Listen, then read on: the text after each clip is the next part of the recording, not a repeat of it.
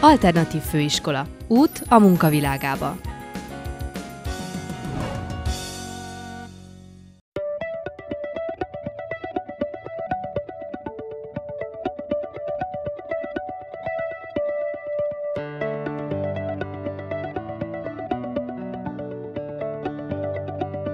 A Kecskeméti Planetárium mindig is foglalkozott közművelődési tevékenységgel, hiszen a Széchenyi városban, mint egy mini műfáz úgy funkcionáltunk, és nagyon jó lehetőség volt ez a pályázat arra, hogy a különféle művészeti tevékenységeket, amik itt megfordulnak a planetáriumban, gyerekek számára át tudjuk adni.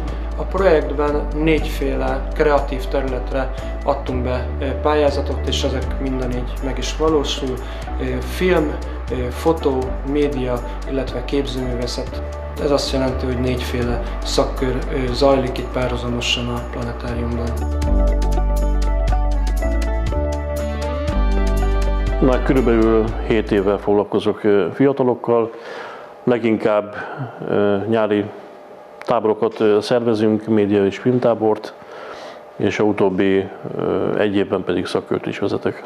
Ha ezt a társaságot vesszük, akkor vannak közöttük tehetséges fiatalok, de arra is figyelni kell, hogy ne csak velük foglalkozzak kiemelten, hanem tényleg mindenki jusson lehetőséghez. Hát ebben a szakkörben a legnagyobb kihívás éppen megtalálni azokat a mindennapi dolgokat, ami őket érdekli.